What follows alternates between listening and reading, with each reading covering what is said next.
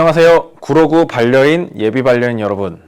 지난 카밍 시그널 강의에 이어서 여러분들께 올바른 반려 지식 그리고 반려 문화를 알려드릴 VIPet 펫 매니저 황영석이라고 합니다. 자, 이번 강의 주제는 사회화 교육 방법 그리고 올바른 인사 방법인데요. 이번 주제도 정말 중요하고 우리 반려인 여러분들이 정말 궁금해하시는 주제일 것 같은데요. 사회화의 중요성은 제가 굳이 강조하지 않아도 너무나도 잘 알고 계실 거예요. 그런데 정작 사회화가 정확히 무엇이고 무엇을 해야 하고 우리 반려견이 사회화가 잘 되어 있는지 잘 하고 있는지 잘 모르시는 분들이 많으시죠. 너무나도 중요하다는 것은 아는데 언제 시작해야 할지도 모르겠고 어떻게 해야 되는지도 정확히 잘 모르겠고 어디서부터 시작해야 되는지도 헷갈리시는 분들이 많으실 거예요. 자, 이번 강의에서는 그런 애매모호한 부분들을 확실하게 파악하고 알아가 보도록 하겠습니다. 여러분, 사회화가 뭐죠? 자, 개들은 본래 야생에선 무리를 지어 사는 무리동물입니다. 원래 개들도 개들만의 사회가 있겠죠. 하지만 오랜 시간에 걸쳐 사람과 교감하면서 함께 살아왔고 이제는 우리 사람들과 함께 살아가는 존재가 되었어요. 우리 인간 사회에서 함께 살아가게 되었기 때문에 새로운 무리에 적응을 할 필요가 있겠죠. 개들이 야생에서 사는데 사회화 교육이 필요할까요? 물론 개들끼리도 각자 그런 게 있을 수 있겠지만 그건 다른 이야기겠죠. 자, 결국 사회화 교육의 사회화라는 건 개들이 우리 인간 사회에서 우리와 어울리며 살아가는 사회성을 키우는 일이라고 할 수가 있겠습니다. 보호자님들과 함께 살아가며 우리의 사회에 적응해 나가면서 어울려 살아갈 수 있는 힘, 그 힘을 길러주는 게 바로 사회화인데 무조건 우리는 이러니까 너도 이래야 돼 라고 하기보다는 우리는 이래 그러니까 불편해하고 무서워할 필요 없어. 그리고 나도 너를 이해해 줄게 하면서 서로 더불어 살아가는, 즉 반려견들의 본능도 이해해 주면서 공존하며 살아가는 게 중요하다고 할 수 있겠습니다. 자, 여러분, 우리 반려견들은 인간 사회에서 살아가며 예측하지 못했던 여러 가지 상황들을 경험하게 되죠. 사람, 자기 이외의 다른 개들, 고양이, 새, 그리고 지나가면서 공사장도 보게 될 거고 축제, 잔치 이런 것들도 경험하게 될지도 모릅니다. 살면서 만나게 될 많은 대상, 상황에 대해 익숙해지고 그것에 대비하고 나아가서 그것들을 긍정적이고 또한 함께 살아가면서 필요한 성격을 형성하는 것, 본능적인 습관이나 행동만 하는 것이 아니라 함께 사는 사람과 주어진 환경에 신뢰를 쌓기 위해 다양한 경험을 시켜주는 것이 바로 사회화 교육이라고 할 수가 있겠죠. 사회화 교육 전에 몇 가지 알아두고 갈 점이 있습니다. 이 아이가 어디서 왔는지, 우리 가족이 되기 전에 어떻게 살아왔는지 알 필요가 있겠고요. 아이의 견종에 따른 일반적인 성향, 예를 들어 포메라니안은 일반적으로 발랄하고 원기왕성하고 대담한 성격이라는 점을 간단히 알아둘 필요가 있으시겠습니다. 또한 유전적으로 어떤 아이인지 부모견을 알아두는 것도 좋은 방법입니다. 하지만 명심하셔야 할 건 같은 견종이라도 아이들마다 성격은 천차만별이죠. 같은 형제끼리라도 굉장히 다릅니다. 그렇기 때문에 지내면서 아이의 고유의 성격을 파악하는 것이 가장 중요하겠죠. 자, 그럼 사회화 교육은 언제부터 언제까지 하는 걸까요? 사실 사회화 교육 자체는 언제 해도 상관이 없어요. 나이가 어떻든 우리와 함께 살아가는 것이 중요하죠. 이번에 우리 새로운 가족이 될 아이가 노견인데 사회성이 떨어져요. 그 아이가 나이가 들었다고 사회화 시기를 놓쳐서 사회화 교육이 의미가 없을까요? 아니죠. 사회화 교육은 우리 가족이 된 그 순간부터 시작되는 겁니다. 그리고 살아가면서 수많은 사람들과 다른 반려견들을 만나기 때문에 사실 사회화 교육은 평생 하는 거라고도 볼 수가 있어요. 그래도 사회화 교육에 있어 특히나 중요한 시기는 있습니다. 바로 성견이 되기까지의 시기 말이죠. 사람에 비해 급속도로 성장하는 우리 반려견들은 순식간에 그것을 배워나가고 흡수하게 되죠. 반려견이 태어나고부터 1살, 성견이 될 때까지의 나이를 우리 사람의 나이로 환산해보면 대학을 졸업하고 사회인이 되기까지의 과정이라고 보실 수 있겠는데요. 우리 사람은 20년이 넘는 세월이 걸리는 데 비해 반려견들은 단 1년 만에 그 시기를 보내는 거죠. 반려견의 성장에 있어서 아이들의 크기나 견종별 차이가 분명 있을 수 있어요. 치와와 같은 소형견은 생후 6개월 즈음에 성적 성숙을 마치고 생후 1년경에 완전히 성장을 마치죠. 그에 비해 굉장히 큰 견종들은 1년에서 1년 반이 지나야 성적 성숙을 마치고 2년이 지나야 비로소 완전한 성견이 됩니다. 하지만 사회화 시기는 소형견이나 대형견이나 모두 똑같이 적용됩니다.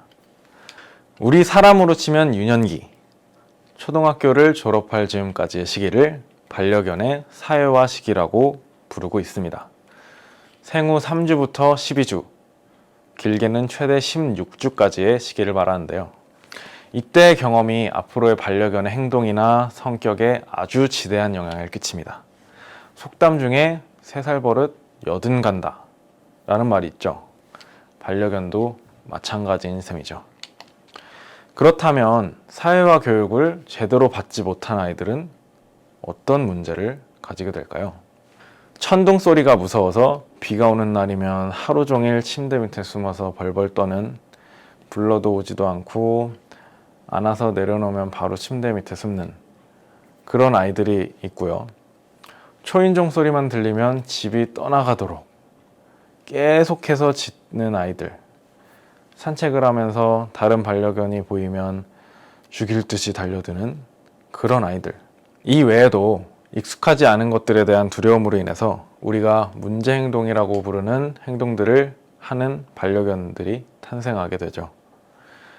물론 그런 행동들을 절대 바꿀 수 없는 것은 아니지만 사회화 시기에 사회화를 하면서 괜찮다고 배우는 것보다 훨씬 오랜 시간과 노력이 필요하게 됩니다.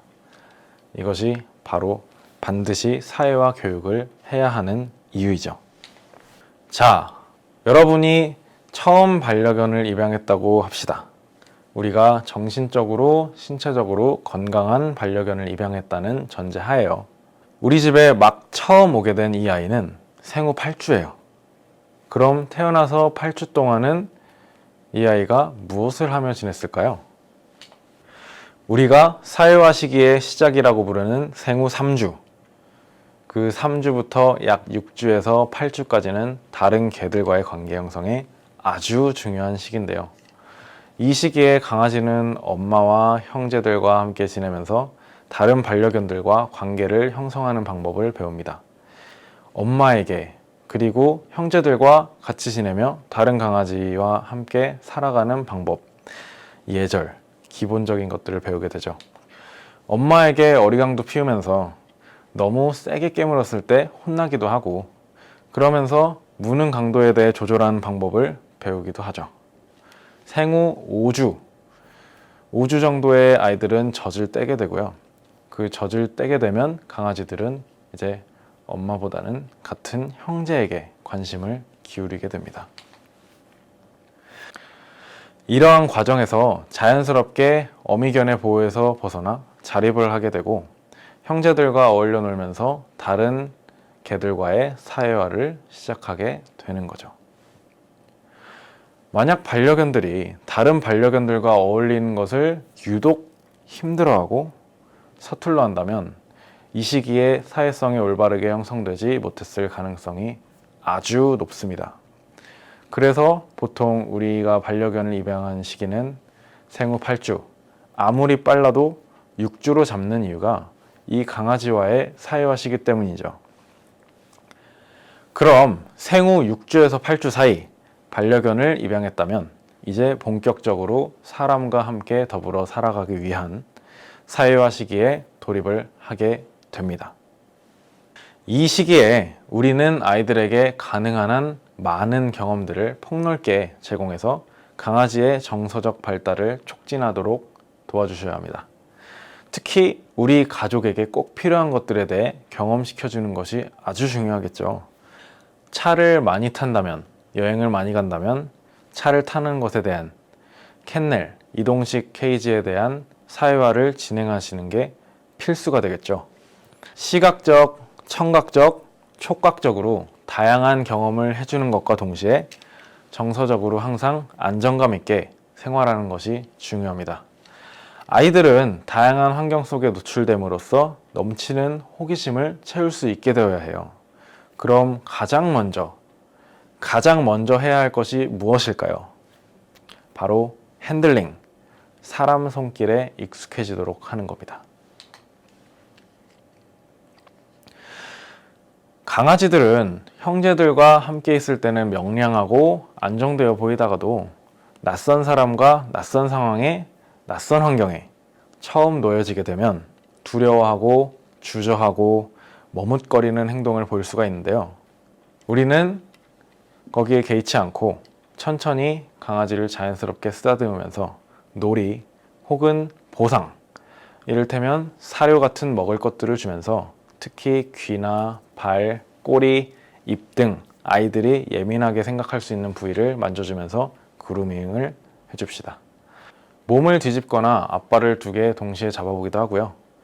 들어올려서 높은 곳에 대한 사회화, 나중에 일어날 여러 가지 상황들, 예를 들어 동물병원에 가서 엑스레이를 찍는다거나 미용실에 가서 미용, 발톱 깎기, 귀 청소를 하는 등 이런 것들에 대해 거부감 없이 받아들일 수 있게 하는 것이죠. 시선도 중요합니다. 아이 컨택이라고 하죠. 꾸준히 강아지와 눈을 마주치면서 좋은 기억을 심어주세요. 보호자와 반려견 간의 아이 컨택은 사람과의 관계를 맺는 첫걸음, 시작이라는 점에서 매우 중요한 일입니다. 또 한 가지, 보호자 이외의 낯선 사람에게도 노출시켜주는 것이 굉장히 중요하겠죠. 나와 다른 성별, 다른 연령대의 사람에게도 똑같이 이런 교육을 해주고 여러 사람들과 함께 있는 것도 익숙해질 수 있도록 충분히 시간과 노력을 들여 교육해 주셔야 합니다. 또 중요한 점은 이 사람과의 사회화 시기에도 다른 반려견과의 사회성 발달을 게을리하면 안 된다는 것. 앞서 말한 강아지와의 사회화 시기가 끝난 게 아니기 때문입니다. 이 시기에는 다른 반려견, 특히 성견과 더 어린 강아지들을 만날 수 있게 해준다면 좋겠죠. 그렇다고 해서 애견 카페나 운동장 등 불특정 다수의 반려견들이 너무 많이 모여있는 곳을 가는 것은 별로 좋지 않은 방법입니다. 천천히 작은 것부터 신중하게 시작해야 한다는 점 꼭 명심해 주셨으면 합니다. 또한 다른 사물에 대한 사회화도 있겠는데요. 특히나 소리가 나는 물건들, 어떤 게 있을까요? 이를테면 플라스틱 페트병, 캔, 이런 떨어뜨리거나 세게 쥐거나 하면 잘못하면 크고 요란한 소리가 날 수 있는 물건들인데, 처음엔 조금씩 딸깍하는 정도로 시작해서 아이들이 평소에 놀거나 밥을 먹을 때, 좋은 일이 있을 때 그 소리를 자연스럽게 들려주시고, 나아가서 소리를 일부러 들려주시고 보상을 해주시면 자연스럽게 사회화가 이루어집니다.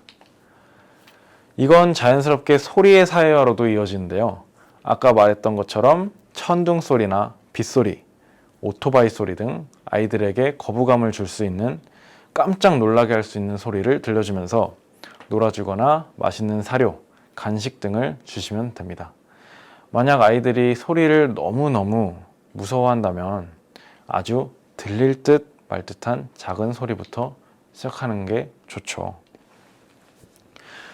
또한 우리 반려견들은 갑자기 튀어나오는 것에 대한 두려움을 가지고 있는 경우가 많습니다. 누구나 갑자기 큰 소리가 나면 놀랄 수밖에 없습니다.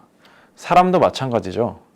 갑자기 오토바이가 튀어나오거나 내 앞에 뭔가가 떨어지거나 갑자기 큰 소리가 나는 경우엔 놀랄 수밖에 없는 게 사실인데, 중요한 점은 사회화 시기를 잘 보낸 아이들은 놀라더라도 금방 회복돼요.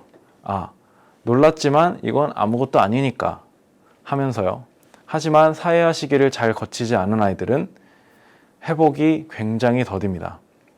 한번 소리가 들려오면 언제 어디서 이 소리가 또 나올지 모른다는 생각에 한참을 두려움에 떨죠. 이런 경우를 대비해야 하는 것이 바로 사회화 교육인데요. 아이들은 동체 시력이 뛰어나기 때문에 특히나 더 예민하게 반응할 수가 있죠. 그런 것들에 대한 경험을 꼭 해봐야 합니다. 이러한 교육에서 염두하셔야 할 점은, 교육을 하면서 아이들이 과도한 스트레스를 받는 경우가 있을 수 있어요. 그러면서 교육을 거부하거나 교육 자체에 두려움을 갖게 되는 경우도 분명 있을 겁니다. 그럴 때는 굳이 억지로 하지 마시고 교육을 끝내셔도 상관이 없습니다.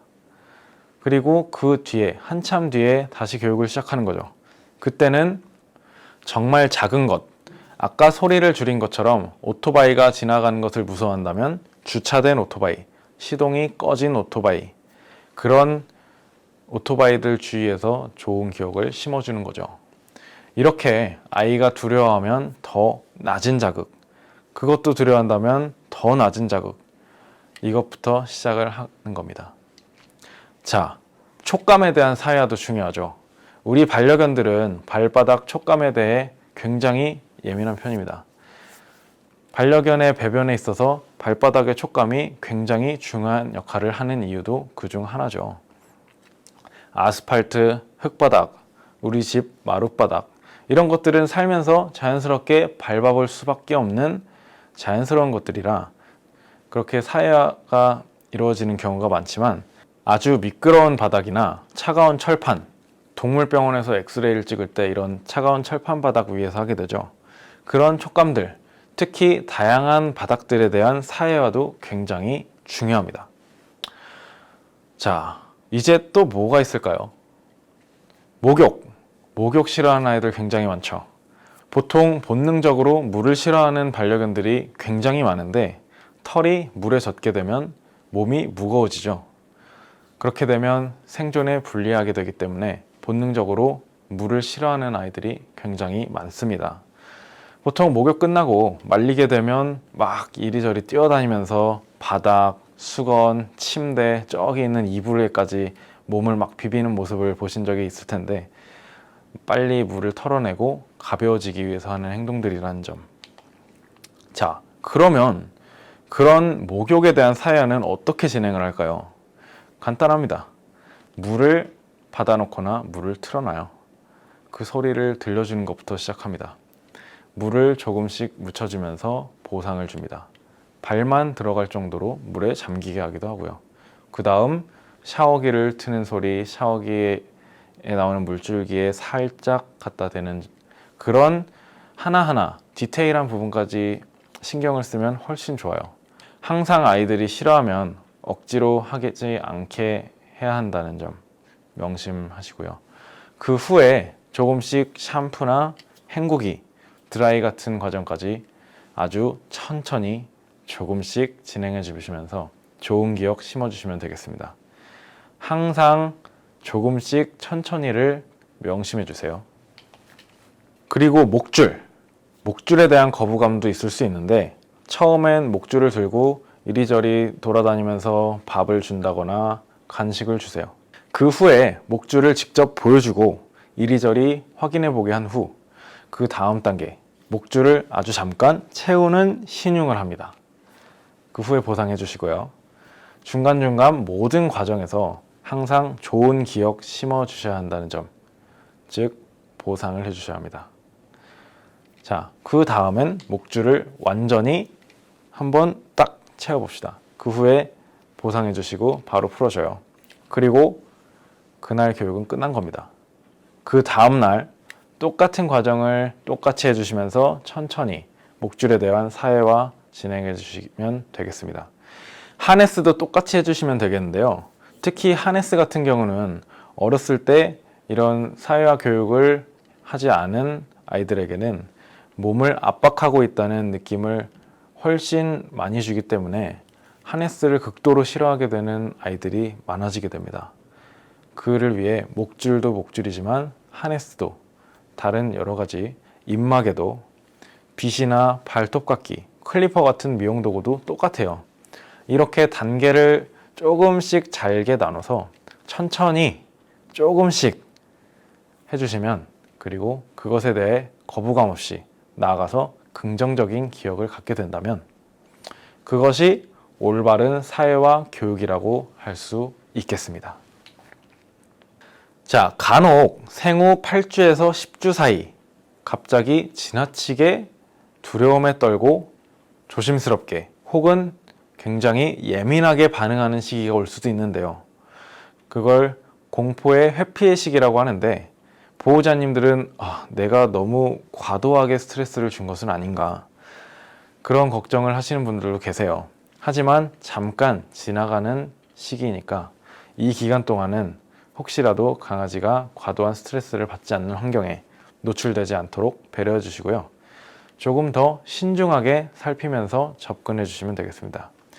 그렇게 사회화를 진행해 주시다 보면 생후 10주가 지날 즈음에 자연스럽게 본래의 자신감 넘치고 활발한 애교 넘치는 우리 아이로 돌아올 겁니다. 자, 여러분, 이렇게 다양한 사회화 교육들이 있는데 아직 어린 아이들이다 보니 면역력에 취약하죠. 공교롭게도 사회화 시기라고 부르는 이 시기에는 예방접종 기간과도 겹치게 되죠. 그렇다면 예방접종을 전부 맞고, 보통은 5차까지 맞고 나가라고 많이들 하시죠. 그 후에 나가는 것이 맞는 걸까요? 사실 정답은 없는 것 같습니다. 만일의 상황이 있기 때문에 그 누구도 우리의 반려견이 백신을 맞지 않고 나가도 별 문제 없이 그 시기를 보낼지 아니면 그 반대가 될지 예측할 수 없기 때문이죠. 하지만 중요한 건 이 시기는 우리 반려견에게 있어서 둘도 없이 중요한 시기라는 것. 걱정이 되신다면 굳이 나가지 않거나 돌아다니지 않고 할 수 있는 방법도 많고요. 중요한 건 백신을 맞는 것과 사회화를 하는 것, 둘 중 하나를 선택하는 것이 아니라는 것이죠. 자, 사회화 시기 생후 16주가 다 끝났습니다.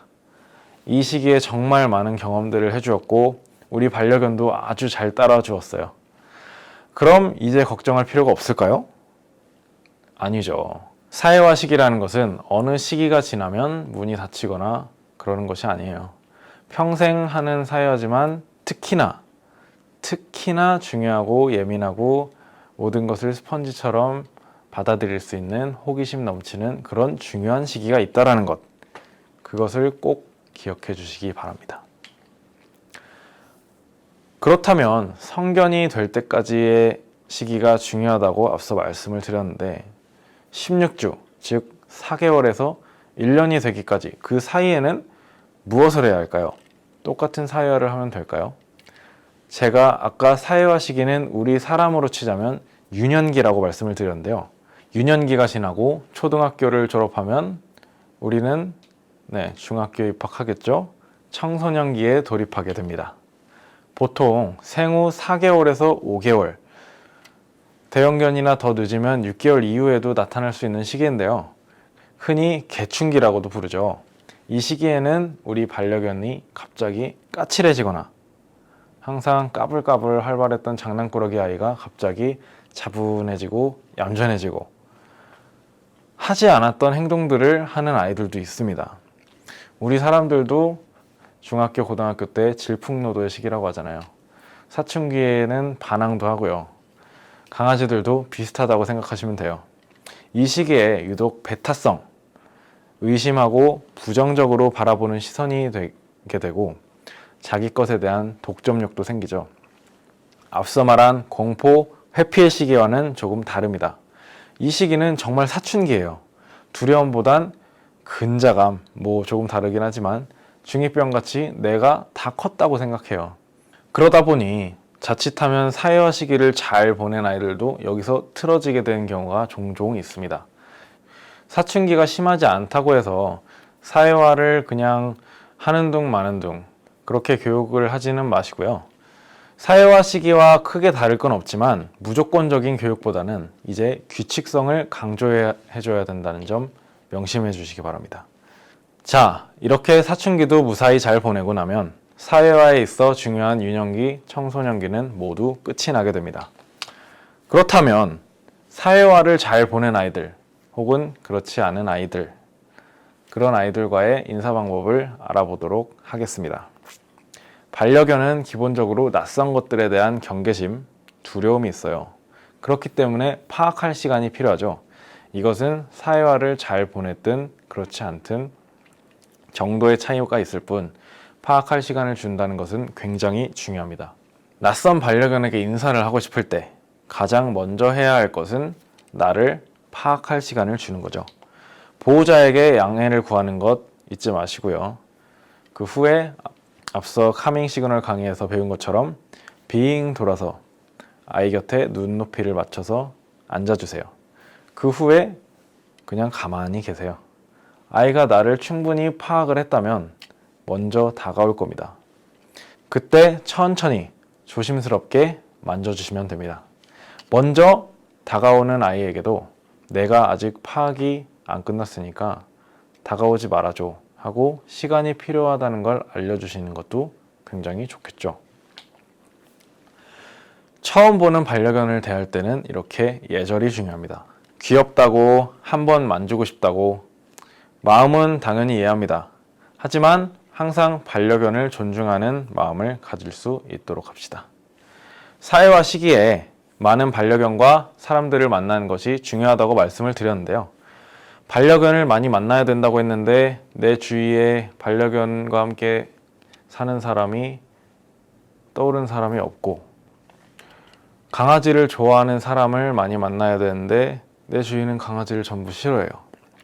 그렇다고 애견 카페에 가자니 굉장히 좁은 공간에 불특정 다수의 어떤지 모르는 강아지들이 넘쳐나는 그런 환경은 좋지 않다고 했죠. 그럴 때는 이제 지역마다 반려견 쉼터, 놀이터 등 반려견을 위한 시설이 마련이 되어 있는데요. 구로구에도 있습니다.